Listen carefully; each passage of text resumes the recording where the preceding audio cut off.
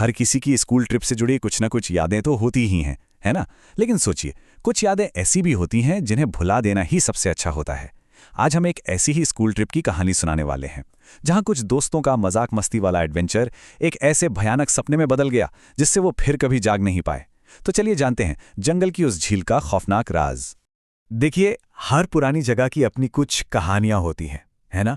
कुछ ऐसी बातें जो वहां की हवा में फुसफुसाहटों की तरह घूमती रहती हैं। और ये कहानी भी एक ऐसी ही किंवदंती से शुरू होती है। समझिए, एक चेतावनी उन लोगों के लिए जो जंगल के उसूलों को तोड़ने की हिम्मत करते हैं। यही इस कहानी की नींव है, एक ऐसी नींव जो खून और बदले पर बनी है। कहानी की शुरुआत तो एक बहुत ही आम सी घटना से होती है, शिमला जा रही एक स्कूल बस का खराब हो जाना। लेकिन किस्मत का खेल देखिए, बस खराब होने की वजह से उन्हें एक ऐसी जगह रुकना पड़ा जो किसी बुरे सपने से कम नहीं थी। जंगल के बिल्कुल बीचों बीच एक सुनसान पुराना सा होटल, मतलब एक ऐसी जगह जहां रातें कभी भी शांत नहीं होती। और बस यहीं से उस खौफनाक रात की शुरुआत होती है। स्कूल में पॉपुलर होने की चाहत भी क्या कुछ नहीं करवाती। इन तीनों दोस्तों को भी पिछली ट्रिप की एक कहानी याद आ गई, जहां कुछ सीनियर्स रात में बाहर निकलकर स्कूल के हीरो बन गए थे। बस फिर क्या था, उन्होंने भी वही करने का फैसला कर लिया। उन्हें यह अंदाजा भी नहीं था कि वो कोई इतिहास नहीं दोहराने जा रहे, बल्कि एक बहुत भयानक गलती करने जा रहे थे। उनका प्लान सुनने में तो बड़ा सीधा साधा था, लेकिन उतना ही खतरनाक भी। उन्हें लगा कि ये बस एक और एडवेंचर होगा, एक और कहानी जिसे वो स्कूल जाकर सबको सुनाएंगे। पर उन्हें इस बात का जरा भी अंदाजा नहीं था कि वो जिस झील की तरफ बढ़ रहे हैं, वो सिर्फ पानी का एक तालाब नहीं, बल्कि किसी पुरानी भूखी आत्मा का घर है। और फिर वो तीनों दोस्त रात के अंधेरे में जंगल में उतर गए। खिड़की से वो झील चांद की रोशनी में जितनी पास और खूबसूरत लग रही थी, अब वो एक अंतहीन रास्ते के उस पार लग रही थी। हर कदम के साथ पेड़ों की परछाइयां और भी लंबी और डरावनी होती जा रही थीं, और हवा में एक अजीब सी खामोशी थी, जैसे जंगल ने अपनी सांसें ही रोक ली हों। उनका जो मजेदार एडवेंचर था, वो अब धीरे धीरे डर में बदल रहा था। ऐसा लग रहा था जैसे जंगल उन्हें अपने अंदर खींचता जा रहा हो।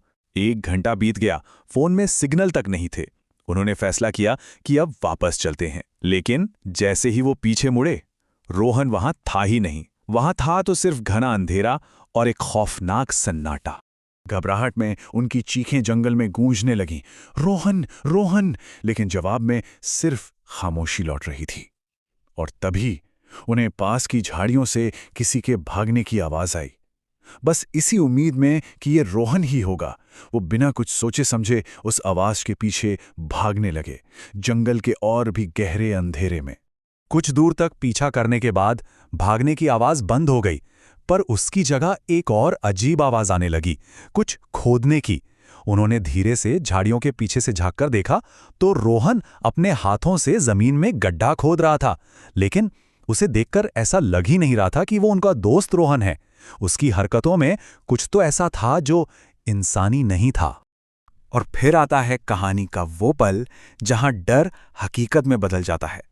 जैसे ही रोहन उनकी तरफ मुड़ा, उनके रोंगटे खड़े हो गए।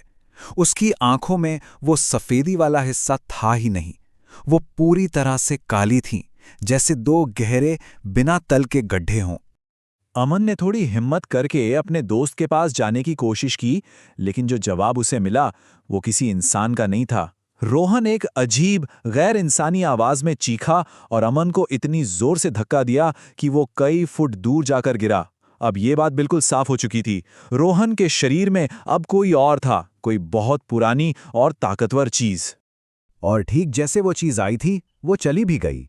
रोहन को अचानक भयानक दौरे पड़ने लगे और वो जमीन पर गिरकर बेहोश हो गया। लेकिन डर अभी खत्म नहीं हुआ था। जैसे ही रोहन को होश आया, वो उस अमन की तरफ देखकर चीखने लगा, जो तब से चुपचाप एक पेड़ के नीचे बैठा था।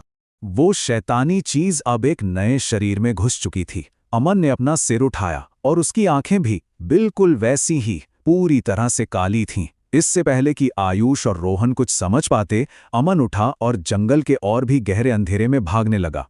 अपने दोस्त को बचाने की आखिरी उम्मीद में वो भी उसके पीछे भागे। भागते भागते वे जंगल के बीच में एक ऐसी जगह पहुंच गए जहां किसी को नहीं होना चाहिए था। एक पुराना खंडहर हो चुका घर जिसकी टूटी हुई खिड़कियां अंधेरे में घूरती हुई आंखों जैसी लग रही थीं। अमन बिना रुके उस घर के अंदर घुस गया था, जैसे कोई उसे अंदर बुला रहा हो। घर के अंदर का नज़ारा उनके बुरे से बुरे सपने से भी ज्यादा भयानक था।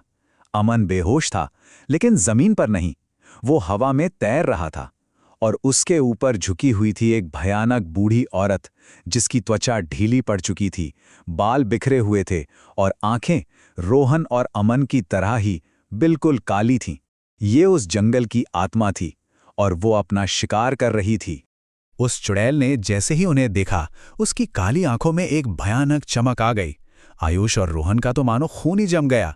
उनके दिमाग ने सोचना बंद कर दिया था और उनके शरीर ने बस एक ही काम किया, भागो। लेकिन उस घर की बुराई दरवाजे तक ही नहीं थी। जैसे ही वे बाहर भागे, उन्हें अपने पीछे पत्तों की सरसराहट और एक अजीब सी फुसफुसाहट सुनाई दी। वो चुड़ैल उनके पीछे आ रही थी और उसकी रफ्तार इंसानों जैसी तो बिल्कुल नहीं थी। ये वो मंजर है जो आयुष की आंखों में हमेशा के लिए कैद हो गया। जब उसने पीछे मुड़कर देखा तो वो चुड़ैल सीधी नहीं चल रही थी। वो अपने हाथ पैरों को अजीब तरह से मोड़कर एक मकड़ी की तरह दीवारों और सीढ़ियों पर रेंग रही थी और उसकी काली आंखें सीधे उन्हीं को ही देख रही थीं। वो बस भागते रहे, ये देखे बिना कि वो कहाँ जा रहे हैं। और फिर किस्मत के एक भयानक मजाक में वे उसी झील के किनारे पहुंच गए जिसे खोजने के लिए वे इस जंगल में आए थे।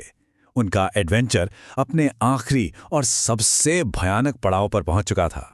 भागते भागते उनका पैर फिसला और वे दोनों झील के बर्फीले पानी में जा गिरे। पानी तो ठंडा था ही, लेकिन उससे भी ज्यादा ठंडा एहसास उन हाथों का था जो पानी के नीचे से उनके पैरों को पकड़ रहे थे, उन्हें गहराई में खींच रहे थे। आयुष ने अपनी पूरी ताकत लगाकर किसी तरह खुद को किनारे तक पहुंचाया।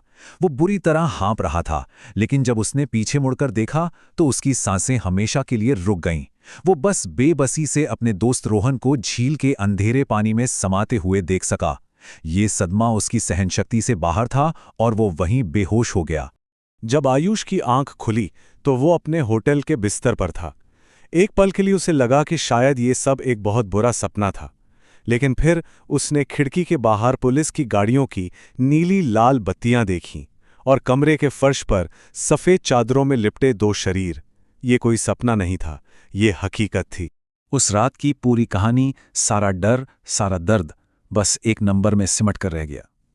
3 दोस्त जो हंसते खेलते जंगल में गए थे, उनमें से सिर्फ एक ही वापस आ सका, और जो वापस आया वो भी कभी पहले जैसा नहीं हो पाया।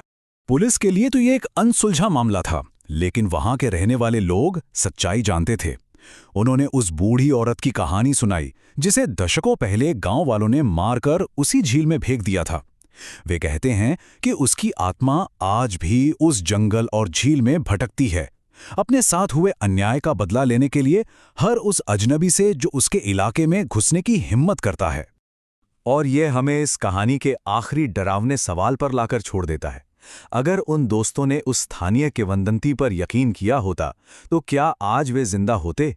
ये कहानी एक बहुत ही सीधी सी लेकिन जरूरी बात याद दिलाती है कि कुछ किंवदंतियां सिर्फ कहानियां नहीं होती और कुछ दरवाजे हमेशा के लिए बंद ही रहने चाहिए।